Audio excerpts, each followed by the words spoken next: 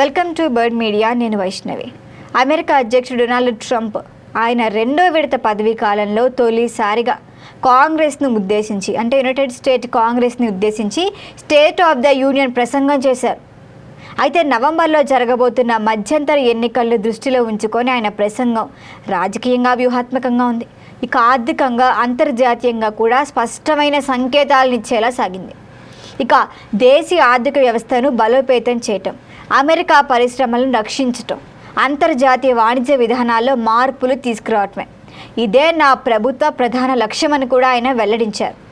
ఇక ఇటీవల ట్రంప్ విధించిన కొన్ని టారిఫ్లను అక్కడి సుప్రీంకోర్టు రద్దు చేసిన విషయం కూడా మనకు తెలిసిందే. మరి ఆ తీర్పును అధిగమించేందుకు ఆయన ప్రభుత్వం ట్రేడ్ యాక్ట్ ఆఫ్ 1974లోని మరొక సెక్షన్ను ముందుకు తెచ్చింది. మరి దాన్ని యూజ్ చేస్తూ అన్ని దేశాల దిగుమతులపై తాత్కాలికంగా 15% గ్లోబల్ టారిఫ్ విధించింది. మరి ఈ నిర్ణయాన్ని కూడా ట్రంప్ తన ప్రసంగంలో ఆయనే సమర్థించుకున్నారు.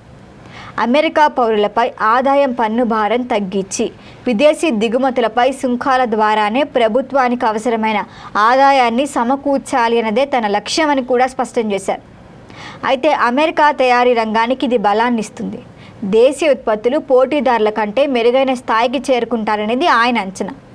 మరి కొత్త 15% టారిఫ్ 150 రోజుల పాటు తాత్కాలికంగా అమల్లో ఉంటుంది. అయితే ఆ తర్వాత దీన్ని పొడిగించాలంటే ఖచ్చితంగా అక్కడి కాంగ్రెస్ ఆమోదం తప్పనిసరిగా ఉంటుంది. వాళ్ళు ఇస్తారా లేదా అన్నది తర్వాత విషయం. అయితే ఇప్పుడు ఈ నిర్ణయమే ప్రపంచ వాణిజ్య రంగంలో కలకలం రేపుతోంది. భారత్ సహా అనేక దేశాలు అమెరికాకు భారీగా ఎగుమతులు చేస్తూ వస్తున్నాయి.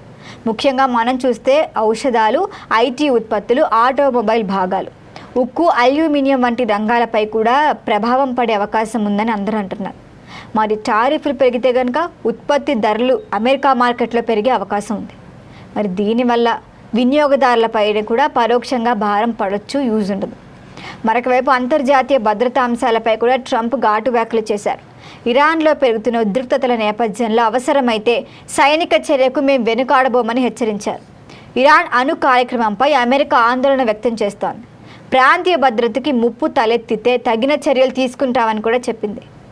మరి ఈ వ్యాఖ్యలతో ఇప్పుడు పశ్చిమాసియాలో కూడా ఉద్రిక్తతలు మరింత పెరిగే అవకాశం ఉందని అంతర్జాతీయ విశ్లేషకులు భావిస్తున్నారు.